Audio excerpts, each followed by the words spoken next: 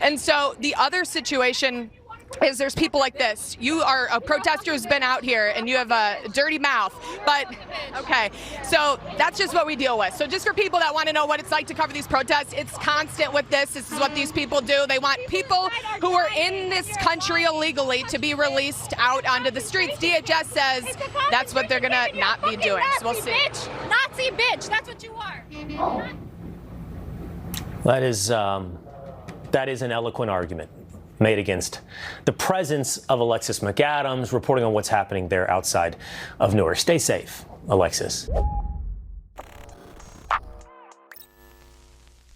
As you saw, Fox News propagandists were aghast at the vulgar language that struck their virgin ears because how dare that uncivilized protester insult the reporter who was only doing her job in downplaying the human rights abuses taking place inside of the ICE concentration camp that people were protesting. We all know that the real injustice, of course, is uncouth behavior and not crimes against humanity being committed by our fascist government. And if you're going to engage with people that you disagree with, that's fine. But all Fox News asks is that you do so in a civilized way, like this. Quiet, you dumb person. If you want to do that, then you're a stupid person, and you happen to be. I mean, I know you very well. That is an eloquent argument. Now, say what you will about insults, they don't always accomplish anything aside from making us feel better. But in this instance, that insult actually did accomplish quite a bit because that protester's insult happened to go viral and drew a lot more attention to a humanitarian crisis taking place at the Delaney Hall concentration camp in Newark, New Jersey, where 900 human beings are being imprisoned. And conditions are so bad that the prisoners staged a hunger strike to draw attention to the abuses that they're being subjected to. An attorney representing some of the victims told NBC News that detainees are being served expired food and meals with worms in them, and they weren't receiving medication for treatment that they needed, such as cancer, diabetes, depression, and other conditions. And rather than addressing their concerns, the concentration camp guards reportedly placed participants of the hunger strike in solitary confinement, or they transferred them to other facilities to dilute the strength of their resistance. But despite their best efforts, the Gestapo has not been able to break the hunger strike. And the executive director of the ACLU for New Jersey says that it's now actually grown to hundreds of detainees who are now participating. And guess what? They've been incredibly successful at drawing attention to the abusive conditions that they're enduring because protesters have shown up on their behalf to stand in solidarity with the revolt taking place inside of this concentration camp. But DHS is flat out just denying that there's a hunger strike altogether, which basically confirms that it is indeed happening, seeing as how everything that they say is a lie. The opposite of what they say is true. And even though there's apparently no hunger strike, Tom Homan doesn't want us to worry because if they have to, they'll force feed these people rotten food and end the hunger strike that way. Just listen. Look, I've done this since 1984. Hunger strikes never work. We're not going to change what we do because someone goes on a hunger strike. As a matter of fact, if it gets bad enough and the physicians feel like they're putting themselves in extreme danger, medical danger, then we'll force feed them. We'll get a court order and force feed them. Hunger strikes do not work. So they can put themselves in a position where they're not eating, but it's not going to cause them to be released. Spoken like a true Nazi bitch. But of course, there is no hunger strike. So why even bother to say that, Tom Homan? But I mean, it's not just about the demand that they be released, seeing as how ICE is rounding up innocent people with no criminal records now. They're demanding that you treat them with dignity, like human beings while they're in custody. But they refuse to treat them as human beings because they don't even think they're human beings to begin with. They won't even call them human beings when referring to them. Go back to the tweet. They refer to them as aliens. Quote, aliens are being provided comprehensive health care. For many illegal aliens, this is the best health care they have received their entire lives. Even when they're lying, when they're trying to convince us that there's no human rights abuses taking place, they can't help but talk about immigrants as if they're unhuman. It's the same fucking energy Nazis had towards Jewish people during the Holocaust. They would go out of their way to reinforce this idea that they weren't actually humans. They'd portray them as animals and rodents to justify their crimes against humanity because, by their logic, they can't possibly commit crimes against humanity against a population that they don't view as human. And this dehumanization is reinforced institutionally.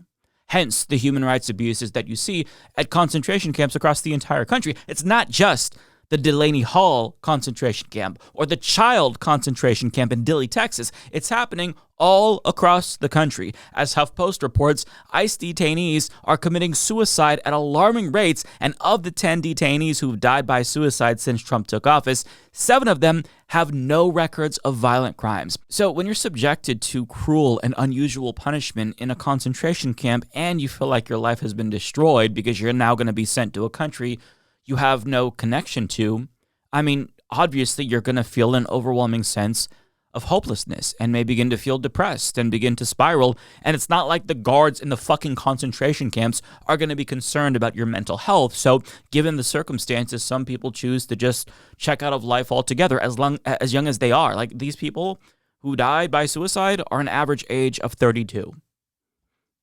It's just tragic, but there's only so much human beings can take. And this doesn't even take into account the detainees who've died in concentration camps due to neglect or outright murder. We're talking strangulation. So it's truly a humanitarian crisis of epic proportions and a national fucking embarrassment that our country will never live down. And in response to widespread concern about human rights abuses, this regime, they don't ever respond by addressing people's concerns. They always double and triple down on the cruelty. They've, of course, been brutalizing protesters outside of the Delaney concentration camp and even pepper sprayed a U.S. Senator, Andy Kim, and refused to let even the governor of New Jersey into the facility to inspect it. And Jordan Sheridan of Status Quo caught ICE in the act, hitting protesters with their vans. Oh, somebody got hit. Somebody got hit. Somebody got hit by the car.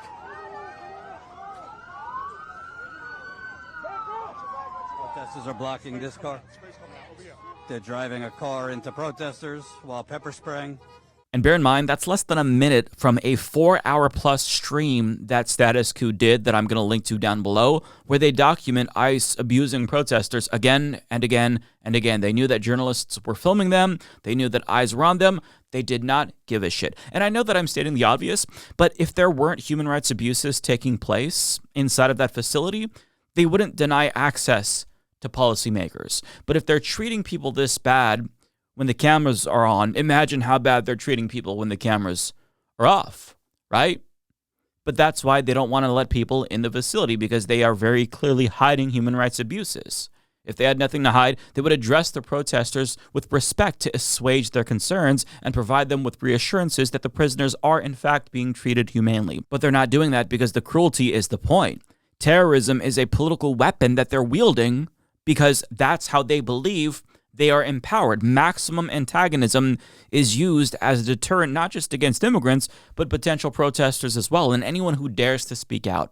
And if they have to, they'll burn the whole fucking country down to hunt down every last immigrant. The new DHS secretary, by the way, Mark Wayne Mullen, is essentially threatening to nuke our entire tourism industry just to punish sanctuary cities. And we are currently, which we're not initiating yet, but we're currently drawing up plans to say, listen, in these sanctuary cities where the local radical left Democrats aren't allowing us to do our job and enforce federal laws, then we shouldn't be processing international flights into their cities either, because they don't want us to enforce immigration, but they want us to process immigration at their facilities. Nothing about that makes sense to me. In other words, if Democrats won't allow our armed Nazi thugs into their cities and let us operate our concentration camps within their jurisdictions with zero oversight, we're going to punish them by restricting freedom of movement to their cities. How about that? Well, you know what I say? Go ahead, bitch. Cut off your nose to spite your own face. Because at this point in time, whatever it takes is what needs to be done to stop these human rights abuses. But understand what he's doing. He's trying to tie Democratic lawmakers to the protests, since some lawmakers did show up after concerns about the hunger strike began to grow. But the protesters, they had no love for Democrats either, contrary to what Republicans will have you believe, because Democrats, quite frankly, they have not done enough to prevent these human rights abuses from taking place in the first place. Some protesters heckled Governor Mikey Sherrill for taking so long to show up, and some individuals outright confronted Andy Kim for his performative solidarity, seeing as how he ended up helping ICE with his presence there, even though he got pepper sprayed himself. Like, that's the headline you're going to see. Andy Kim was pepper sprayed. But, like, the protesters saw something different that the news isn't necessarily reporting on. So why did you tell us to move out of the way to allow the ICE criminals to kidnap the strikers and move them to other parts of the Gulag system. We were the ones blocking them from doing that. Why did you scab for ICE? Look, I was in there. I was there and where the transfer section is. I did not see, just 20 minutes ago, movements of people. I did not think that there were. You didn't think? I understand what you're trying to do. Kim, how can we trust you to make the right call about ICE when you take thousands and thousands of dollars from AIPAC that funds the same surveillance systems that ICE is using? I really don't. But look, I get it. You really can be unhappy. You told us unhappy. because you were going to get in there if we moved out. And they used that to crush this strike. The deal was for me and another person to be able to do that. What side are you on? What side are you on? I understand that you're unhappy. You're on the wrong side of this struggle. You're on the wrong side of the genocide in Gaza. Where do you stand? Senator Andy Kim, will you call for abolishing ICE? ICE just brutalized a U.S. citizen who you're standing next to right now. Will you call for a full abolishment of ICE? I mean, it just goes to show you that thinly veiled attempts to placate constituents are no longer going to work. There's actual crimes against humanity taking place. And if you're not responding to that with urgency, and if you're not doing enough to stop them and not calling for adequate solutions or outright just continue to be complicit with these crimes against humanity by voting to fund these agencies, your constituents are going to hold that against you forever, rightfully so. But yet Republicans claim that Democrats in blue cities and states are emboldening Antifa when the real contention Republicans have with elected Democrats is that they're not doing enough to crush protesters. That's what they want. They want Democrats to crush protesters in their jurisdictions because they don't want any pushback to be tolerated at all. Republicans saw how some Democratic governors brutalized and subsequently punished anti-genocide protesters on college campuses back in 2024, and they expect the same level of complicity when it comes to ISIS terrorism. But it's harder for corporate Democrats to shut down the speech of their own constituents with the same ferocity that they once did, now that there's a higher political cost for collaborating with human rights abusers. But try as they might, they're not going to stop people from speaking out and protesting because some of us actually did learn from history, believe it or not. We know that human rights abuses are only going to get worse if we're complacent. And even the children of some of the victims are confronting ICE Nazis to their faces and calling them out for the cowards that they are. Show your face! Show your face! If you want the work, show your face! Show your face! Danny Cat! You want to work here? You want to work here, so show your face! Miss Logan, show your face, Danny Cat! You need to show his face. Stop being working! On one hand, it is badass to see literal children fearlessly stand up to Nazi oppressors. But on the other hand, I mean, they shouldn't have to do this. They're kids, right? But that's the thing about injustice. It robs people of their dignity and humanity and even their childhoods. And it's not going to fight itself, which is why it's so important for regular people to speak out against these human rights abuses so that way we can give a voice to people without voices.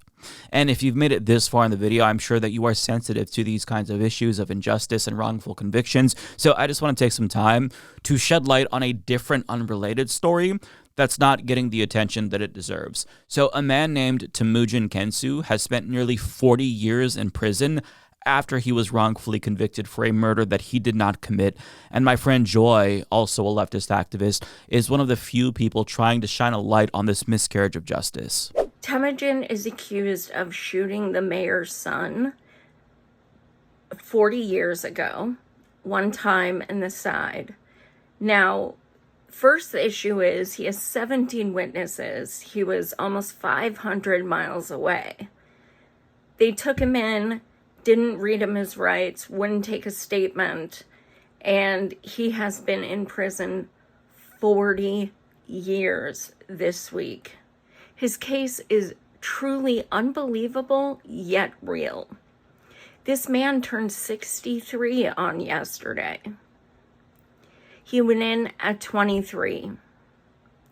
4 decades of his life has been stolen from him. He not only is in a cage unjustly, he has a brain tumor and he is being denied treatment.